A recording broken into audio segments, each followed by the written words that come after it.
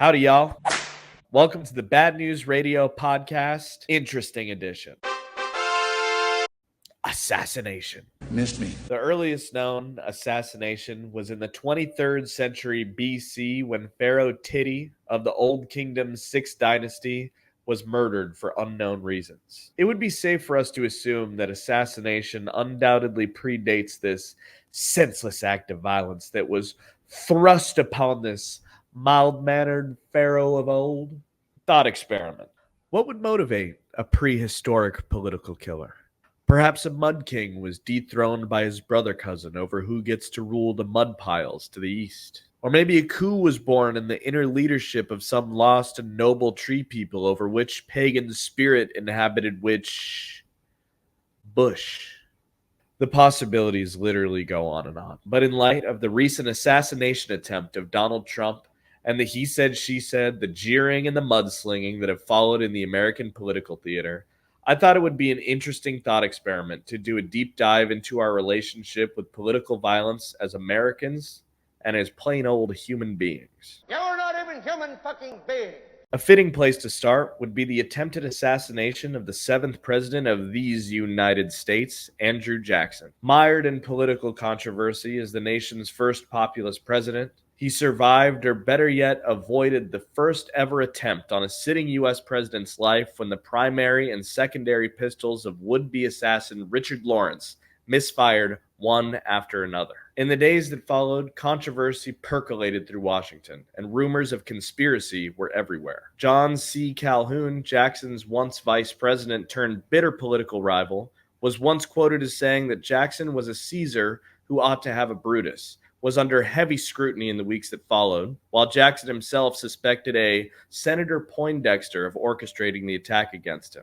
These men in the greater Whig Party to which they belong accused Jackson of orchestrating the attack himself to garner public sympathy.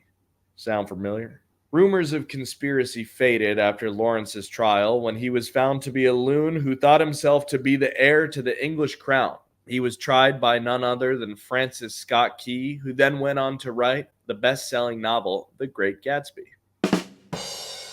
Jackson is a convenient first example for our discussion due to his surprising amount of similarities with Donald Trump, mostly in his public perception. It may come as a shock to find that as abiding and progressive as Andrew Jackson's reputation may be, his life was riddled with controversy and violence. Real violence, like actual, honest-to-goodness, pistol-dueling violence. A veteran of several early American wars, a general grump when it came to the indigenous population, a wealthy planter and slave owner, Jackson positioned himself as something of an anti-aristocratic everyman of the people. Jackson was fiercely loyal, with a quick temper, and upon retirement said that his only regret was not being able to kill his two greatest political rivals. The odds of Richard Lawrence's pistols both misfiring that rainy January day were later found to be 1 in 125,000. That's how close we were to changing the course of history as we know it. Forgetting our assumptions about the past and how we'd like to imagine that we would act in a different time and place, how many of us can confidently say that we'd prefer to live in a world where Andrew Jackson was shot? Well, he was a slave owner and a bitter, violent racist, you might say. And you might be right about that. He also adopted a Native American orphan as his own. And what if Jackson did die that day?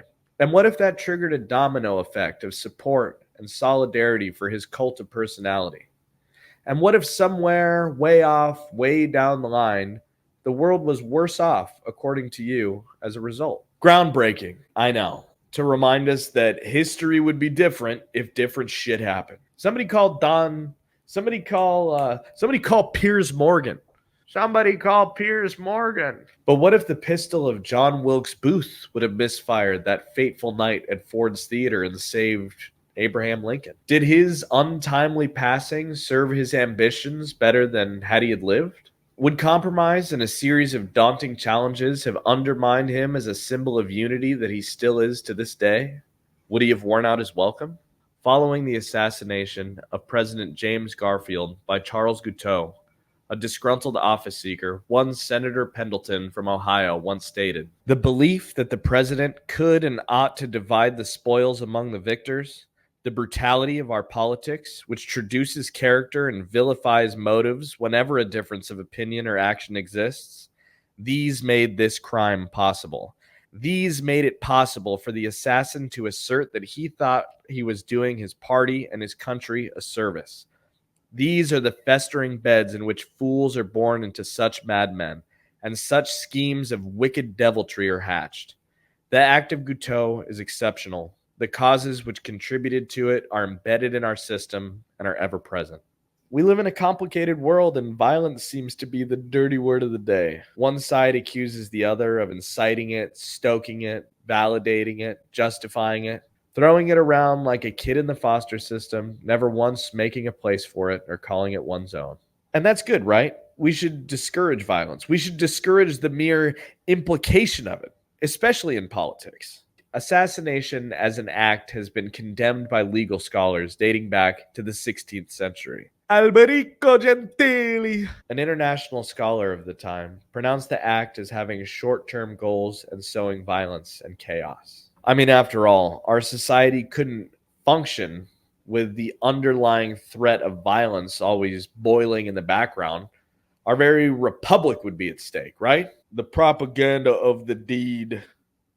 Or in French, a 19th century anarchist concept that describes a specific political direct action, such as assassination, meant to be an example to others and serve as a catalyst for revolution. Though born from the murky bowels of radical labor reformists and anti-capitalists, the concept's validity appears to be self-evident, at least in some cases. Now, as a reliable means of calculated reform, sure, lobbing bombs into the French National Assembly, or actually having a gun in your pocket and not just being happy to see William McKinley may not be the best route towards long-lasting change, but a well-timed blow to a vulnerable political opponent, that can yield some arousing results. So let's not raise our noses at those commie bastards just yet. Even though these particular lone wolf anarchists were once described by Lenin himself as having, quote, low T. What was the Boston Tea Party but a direct act of violence aimed at the British Crown to deny and subvert its authority in the name of a better world? And didn't it further embolden the colonies into what became a violent revolution? And what was the incident at Harper's Ferry but an insistence by John Brown and his teammates for the world to strongly reconsider its position on slavery? And what world have we inherited from the happenstance of history? From the vigilante madmen to the orderly and litigious scholars to the pacifists of modernity? A world without slavery? Well, an America without slavery. A world without scarcity, but abundant with the maltreated and the malnourished. If John Locke, the reigning, defending, undisputed grandpappy of property rights, Thomas Aquinas, the Catholic pretty boy who we all love to hate, and Leon Trotsky, the inventor of the popular dance, the foxtrot, can all agree that political violence is sometimes necessary, if not justified, then can't we all just agree that political violence is totally cool? So long as it's against the right people, you know, the ones. Well, that leaves us at an uncomfortable crossroads. Even though I'm sure I'm right about everything, you never can be too sure. Plus, I'm a nonviolent person. I haven't even conceded that I'm okay with any of this. I've read Ordinary Men. Well, I haven't read it, but I listened to Jordan Peterson. Well, I listened to a clip of a Jordan Peterson lecture while I was mewing. What was the question? A 2005 study conducted by Joshua Duntley at the University of Texas, Austin, found that 91% of men and 76% of women have admitted to having at least one homicidal fantasy in their life. Men's primary ideation being the murder of same-sex rivals, women's primary ideation being the murder of that bitch Jennifer who thinks she's so hot. A recent poll conducted by NPR, PBS, Marist found that 1 in 5 Americans believe that violence may be necessary to get America back on track, with Republicans leading by a slight margin. For a society up to its tits in violent video games, true crime smut, and serial killer fan fiction, am I the only one that wanted Dexter and Deborah to make out? We sure do like to cover our naughty parts when we go to the beach like the descendants of bewitched Puritans that we are. But that's for the best, isn't it?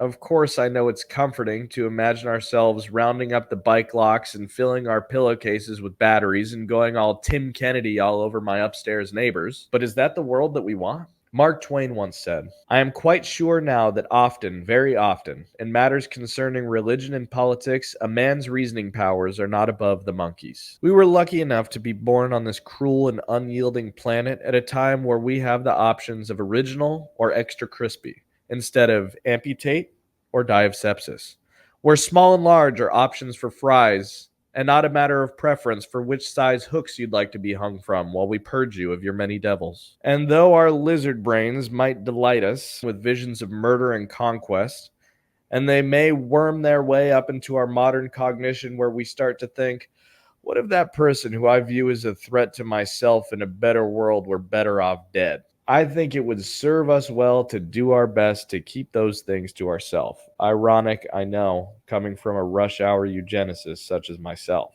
Because the day will come when our polite society is no longer able to be polite, when the peace that we have so frivolously enjoyed will fray to its last strand, and we will drop down into that side of humanity where there is little fortune but the simple pleasures that we all share. But today, when you think about murdering your Trump supporting uncle or stringing your libtard sister in law up from a very tall tree, just try to give it one more day. But always remember that you can no more stop a villain from being born than you can assure that some hero will not rise. Until next time, the Bad News Radio Interesting Edition.